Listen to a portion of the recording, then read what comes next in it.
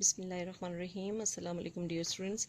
I hope you must be ready for your next history lecture. Today we have to deal with the British administration in the subcontinent between 1858 till 1919.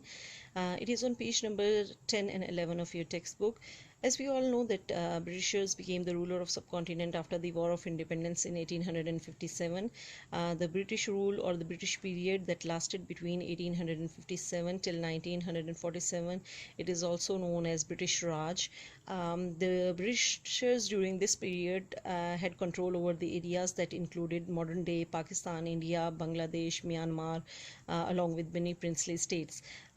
Once the Britishers they became the ruler of subcontinent, they introduced their administrative setup, which is mentioned on page number 11 of your textbook. If we are going to have a look at this administrative setup or structure, it had 60 years. The queen is at the top. She was the overall head of this administrative setup. She was the overall authority. She used to appoint representatives who were responsible to run the affairs of India. Then there is British Parliament that used to make laws for India, which were known as Acts of Parliaments. India was governed with the help of these laws. Then there was Secretary of State of India. He was a British cabinet minister who was responsible to look after the affairs of India. Then there is Indian Council. It is 15 members council, and it used to discuss the affairs of India and make decisions for India. Then we have Governor General, or the Viceroy of India, who was Queen's representative. He was head of British administration in India, and he used to run the country with the help of Indian civil servants or ICS members, who were chosen after rigorous testing system.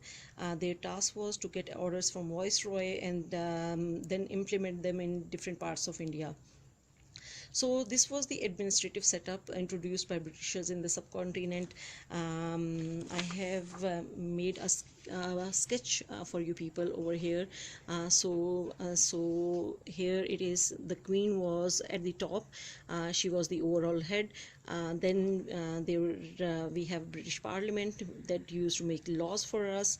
There was Secretary of State of India, who is responsible for the affairs of India. We have Indian Council that used to discuss things and make decisions. Those decisions were bindings for Viceroy to follow. And then we have Governor General or Viceroy of India, who is Queen's representative, and he's the head of British administration in India. Then there are Indian civil servants. They are officers selected after rigorous testing system, and they used to get orders from Governor General and implement them they used to implement them in India.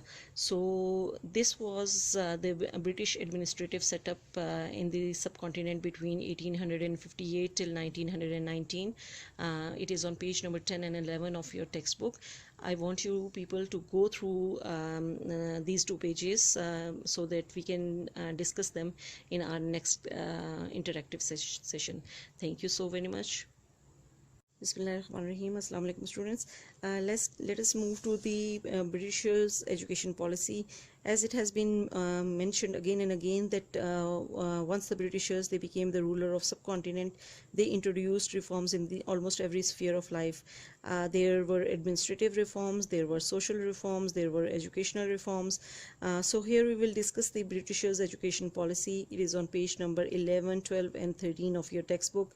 First of all, we have a reference of Charter Act of 1813 that forced the British East India Company to take responsibility of the Indian people.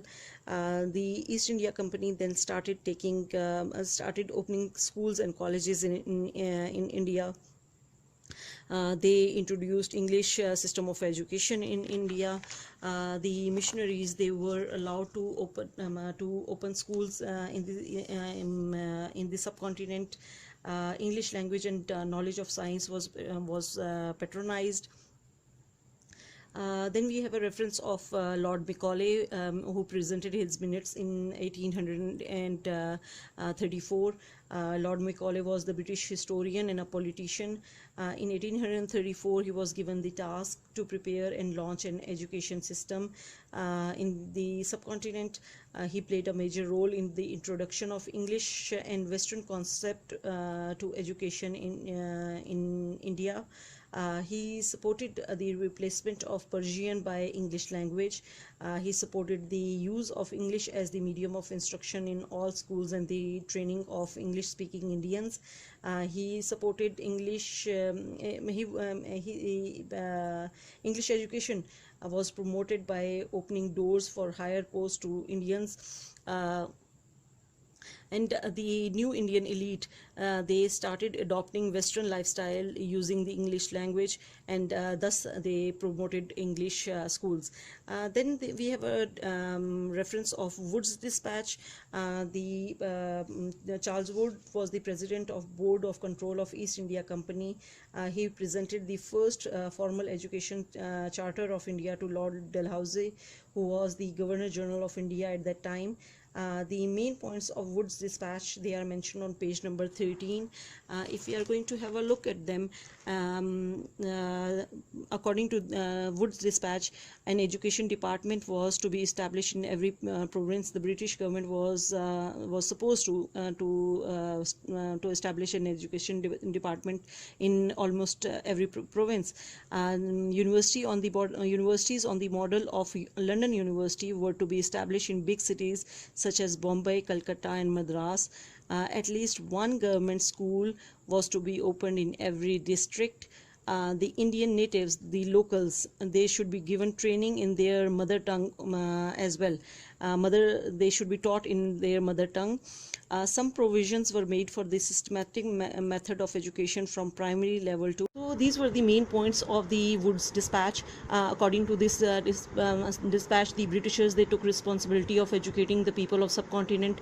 It shows their concern, how much they were concerned about educating the people of subcontinent and introducing their form of education in the subcontinent. Therefore, they decided to establish education departments over here. They decided to establish universities like those present in Britain. They wanted to establish government school in every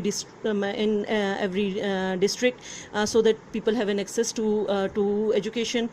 They decided to allow Indians to get education in their local languages, the languages that were easy for them to get educated.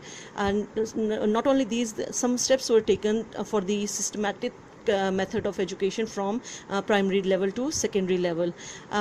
If we are going to have a look at page number 12, they have given the importance. We have the importance of this Wood's dispatch on page number 12, last paragraph. The Britishers, through this dispatch, they showed showed the responsibility of educating the people of subcontinent, and they gave importance to the local Indian literature, culture and knowledge. The local languages, even they were recognized, and the Indians, they were allowed to get education in their local languages.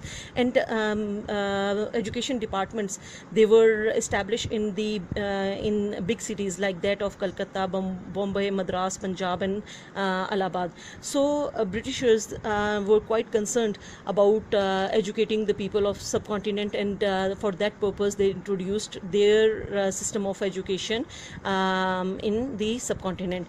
This was basically our topic regarding the education policy of Britishers in the subcontinent.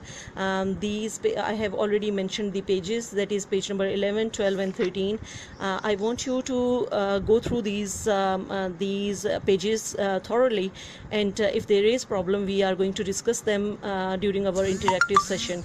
Thank you so very much for your time, dears. I hope you must be ready for with your questions during our interactive class.